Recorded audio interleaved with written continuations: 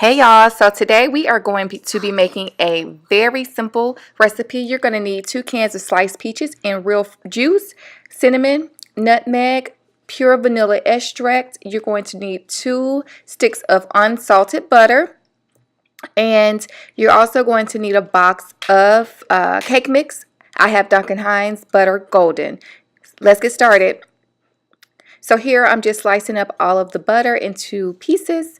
It was cold, so it made it very easy. And we're going to use this last. It's actually going to go on top of our cake.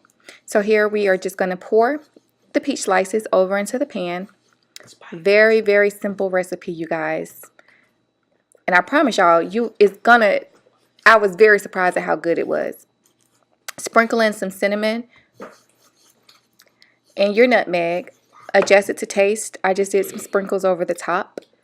And I also added 2 capfuls of pure vanilla extract. I keep emphasizing that because you don't want to use imitation in a dish this simple.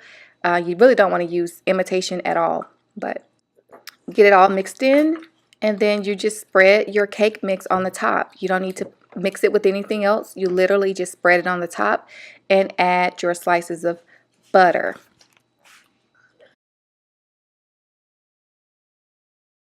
Alright guys, and so at this point we're going to place this in the oven and we're going to bake 30 to 40 minutes at 350 degrees. You want to bake this until your cake is brown on the top, your cobbler, excuse me, is brown on the top and crispy and brown around the edges.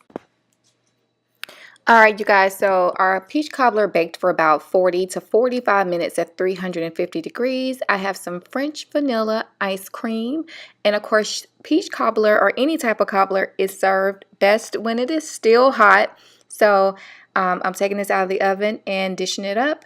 We really enjoyed this. Please don't forget to like, comment, and subscribe, and leave a comment below if you decide to try this recipe for the holidays.